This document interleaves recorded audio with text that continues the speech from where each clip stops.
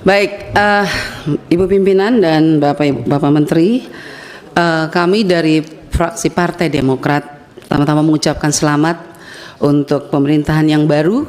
Semoga ada semangat baru, ada kekuatan baru dan ada terobosan-terobosan baru, apalagi untuk kami di daerah 3T.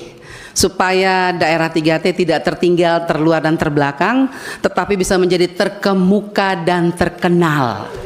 Itu kerinduan kami daerah 3T. Oleh sebab itu yang pertama kepada Bapak Menteri Pendidikan, sebentar Pak, susah salah sebut nih. Ya, Bapak Menteri Mendikdasmen ya, Mendikdasmen.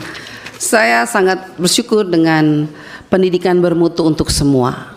Dan doa kami Pak, semoga pendidikan bermutu untuk semua ini betul-betul terlaksana dengan baik sampai ke tingkat daerah, khususnya daerah 3T. Karena kita ketahui selama ini bahwa persoalan di daerah 3T masih sangat kompleks. Kalau kita bicara soal prasarana dan prasarana sekolah, masih banyak yang hancur. Oleh sebab itu kenapa Komisi 10 meminta kalau bisa pembangunan sekolah, sarana prasarana sekolah itu ditarik kembali dari PUPR, diberikan kembali kepada Komisi 10, karena kamilah yang mengetahui paling banyak berapa sekolah-sekolah di daerah kami yang betul-betul rusak parah. Bahkan masih ada sekolah-sekolah yang layaknya kandang binatang Pak, tapi isinya manusia. Itu sangat menyakitkan sekali, apalagi menurut saya sebagai daerah yang 3T, saya rasa ini tidak adil. Dan ini sudah saya berulang kali saya katakan kepada para menteri yang terdahulu. Saya berharap dengan pemerintahan yang baru, dengan Pak Menteri, saya berharap rubahlah wajah-wajah ruang kelas yang layaknya binatang itu, tetapi betul-betul bisa layak untuk ditempati oleh anak manusia. Apalagi mereka tertinggal dan terbelakang, mereka penuh dengan harapan-harapan dengan pemerintahan yang baru.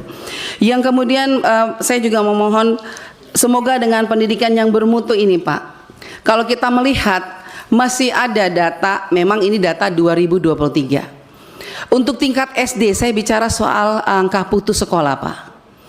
Untuk anak yang tidak sekolah itu datanya ada masih dari 23 juta siswa untuk SD saja. Itu masih ada 0,67%, ya ada 160.368 siswa yang tidak sekolah. Ini yang tidak sekolah. Kita belum bicara lagi yang putus sekolah. Yang putus sekolah, data terakhir BPS itu 2015 memang ada 58.000. Nah untuk SMP masih ada 6,93% atau 698.000 siswa yang tidak sekolah, dan yang putus sekolah masih ada 271. Untuk SMA lebih tinggi lagi Pak, masih ada 21,61%. Artinya dari 5 juta siswa SMA masih ada sekitar 1.162.000 siswa yang tidak sekolah. Itu yang tidak sekolah, masih ada lagi yang putus sekolah. Inilah sebetulnya kegagalan sebetulnya yang kita melihat, bahwa pemerintah mengatakan, kita semua selalu mengatakan bahwa pembukaan undang-undang memajukan kesejahteraan umum, mencerdaskan kehidupan bangsa. Bahkan pasal 31 ayat 1, setiap warga negara berhak mendapatkan pendidikan. Ayat pasal 31 ayat 2 ayat 3, meningkatkan keimanan, ketakwaan dan serta akhlak mulia dalam rencana mencerdaskan kehidupan bangsa. Tetapi pertanyaan kami dari Demokrat, kenapa masih banyak anak yang tidak sekolah dan masih banyak yang putus sekolah? Inilah PR besar untuk Pak Menteri yang baru ini, ya, menyelesaikan PR-PR yang belum diselesaikan oleh pemerintahan yang kemarin. Dan tujuan kita semua adalah pendidikan bermutu untuk semua betul-betul tercapai dengan baik. Oleh sebab itu Pak, sekali lagi saya mohon perhatikan angka-angka putus sekolah dan anak-anak yang tidak sekolah ini. Yang berikut Pak, saya juga mau sangat setuju dengan asta cita Kabinet Merah Putih. Semoga ini betul-betul bisa memperkuat pembangunan sumber daya manusia khususnya daerah 3T. Lagi-lagi 3T Pak. Ya, karena memang semua program baik, semua anggaran kita setujui, tapi yang terjadi adalah selamanya daerah 3T tidak bisa menikmati apa yang selalu dibangga-banggakan oleh kita di pusat. Contoh saya sudah katakan tadi, salah satunya sarana prasarana. Kemudian kesejahteraan guru-guru Pak. Ada sertifikasi guru, tetapi ada juga sertifikasi yang ditahan-tahan oleh pemerintah. Saya tidak tahu pemerintah pusat atau pemerintah daerah, tapi kayaknya itu pemerintah daerah. Nah, artinya saya mohon ketika program ini dijalankan, tolong juga pengawasannya ditingkatkan Pak. Ya, apapun yang Bapak putuskan di tingkat pusat, tolong pengawasan sampai ke tingkat daerah harus menjadi prioritas, karena tidak ada gunanya kita bicara program dan anggaran banyak kalau pengawasannya lemah. Nah, ini yang terjadi selama ini. Kemudian saya juga mohon Pak, ketersediaan guru-guru di daerah pedalaman.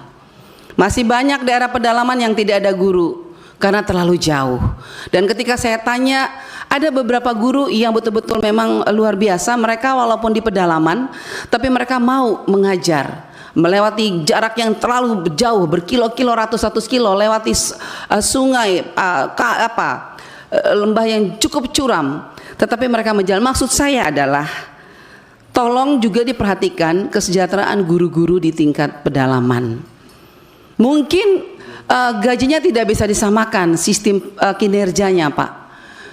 Guru-guru yang di kota masa disamakan dengan guru-guru yang mengajar di pedalaman.